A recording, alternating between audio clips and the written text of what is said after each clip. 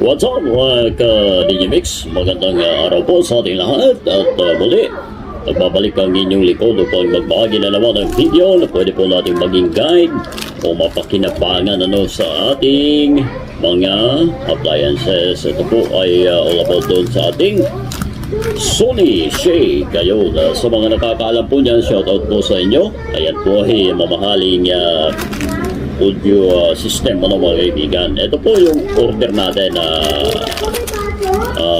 piyesa Mosfet.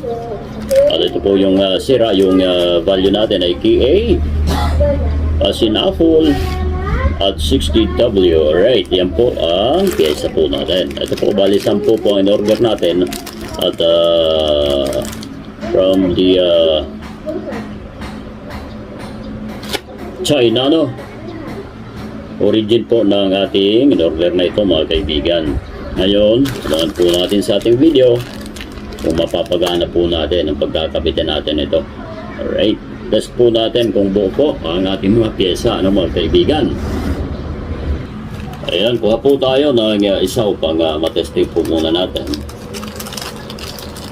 Hindi naman natin ubusin mga ka-Digimix. Ito po ang value po K16A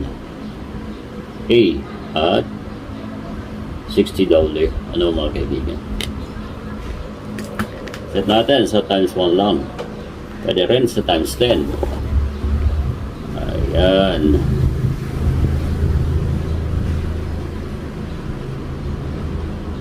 okay, charge po natin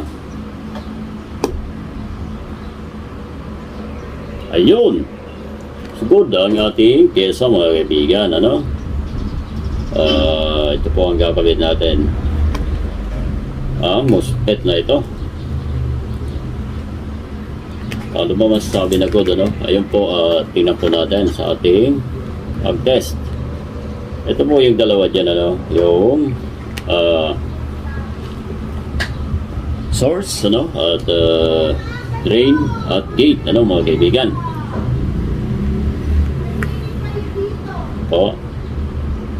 So dapat wala talagang deflection dito. Pagdating dito saka lang po meron ayan yung right side po natin. At pag na-reverse po natin, hanggang di po ay nagcha-charge, pong halo. Ito, charge natin. Ayun, pwede natin reverse. Ayun, siya po ang good na Mosfet mga kaibigan. Right. Siyempre, tabayanan nyo po ang paggawa natin ito at ikakabit po natin doon sa medyo na pending nating Sony SHAKE mga kaibigan. Kahit paano magkakaroon po tayo ng ideya kung maganda ba sa order, kasi ay nagtanong po kami sa Maynila noong linggo at wala po tayong nakuhang ganito doon sa round mismo. Disclaimer po, hindi naman namin pinuntahan lahat mga kaibigan. Hindi naman natin masabi na lahat ay wala, pero tatlo ang napagtanungan namin at wala po silang ganito. Pagka ganon ay hindi na ako tumutuloy dahil malamang sa malamang ay ganon din ang isasagot ng iba. Alright,